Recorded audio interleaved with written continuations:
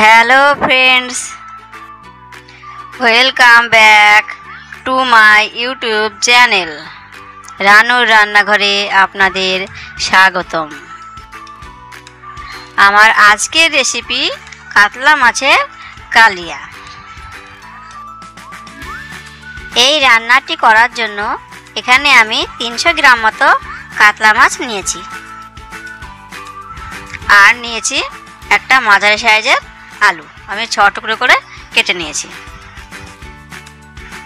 প্রথমে মাছটিকে আমি ম্যারিনেট করে নিলাম। তার জন্য দিয়ে দিলাম সামান্য হলুদ আর সামান্য পরিমাণে একটু নুন আর একটু সরষের তেল দিয়ে 10 মিনিট ম্যারিনেটের জন্য আমি রেখে দিলাম। কড়াইটি গরম হয়ে গেলে এখানে আমি 4 টেবিল চামচ সরিষার তেল দিলাম। ওই গরম তেলের মধ্যে আমি এবার এক এক করে মাছগুলো ভাজার জন্য ছেড়ে দেব। দিয়ে মাছগুলো ভালো করে উল্টে পাল্টে লাল লাল করে ভেজে নেব।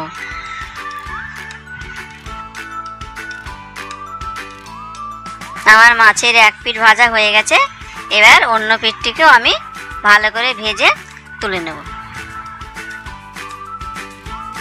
আমার মাছগুলো ভাজা হয়ে গেছে। এবার আমি মাছগুলো প্লেটে তুলে নেব।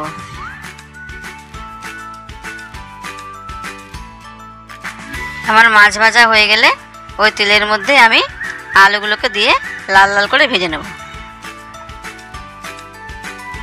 আমার আলুগুলো লাল লাল করে ভাজা হয়ে গেছে। এবার এইগুলোকে আমি প্লেটে তুলে নিলাম।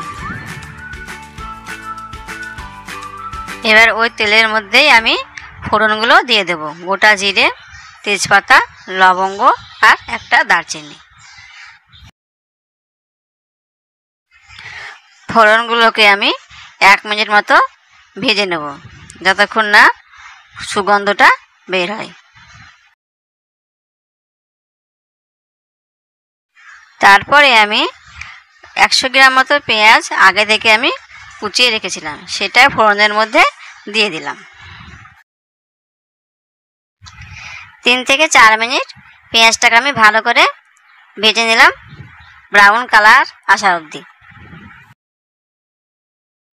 পেঁয়াজগুলো আমার ভাজা হয়ে গেছে। এবার এই পর্যায়ে আমি কাঁচা লঙ্কা, রসুন আর আদা একসঙ্গে পেস্ট করে রেখেছিলাম, সেটা দিয়ে দিলাম। 2 থেকে 3 মিনিট মতো আমি এই কাঁচা লঙ্কা আর এটা মিশ্রণটা একটু ভালো করে ভেজে নিলাম যতক্ষণ না রসুনের কাঁচা গন্ধটা চলে যায়। মশলাটি আমাদের কষানো হয়ে গেছে। এবার এই পর্যায়ে আমি টমেটোর পেস্টটা দিয়ে দিলাম।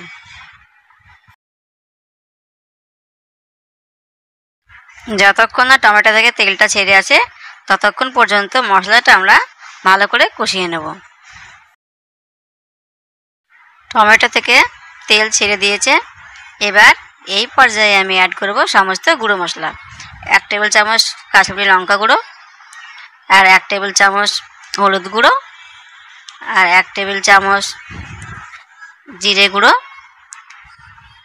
আর 1 টেবিল চামচ ধনে গুঁড়ো আর পরিমাণ মতো নুন। এবার সমস্ত মশলাগুলো আমি ভালো করে 1 থেকে 2 মিনিট মতো কষিয়ে নেব। মশলাটি আমাদের ভালো করে কষানো হয়ে গেছে। এবার আমি এই পর্যায়ে জল অ্যাড করব।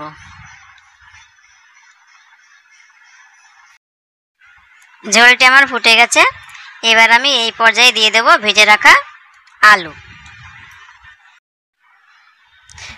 ভেজে রাখা মাছগুলো দিয়ে দিলাম। এই পর্যায়ে 6 থেকে 7 মিনিট ফুটে আমি নামিয়ে নেব। দেখুন বন্ধুরা, আমার কাতলা মাছের কালিয়া রেডি হয়ে গেছে। নতুন নতুন রান্নার রেসিপি পেতে আমার চ্যানেলটিকে লাইক, শেয়ার এবং সাবস্ক্রাইব করুন।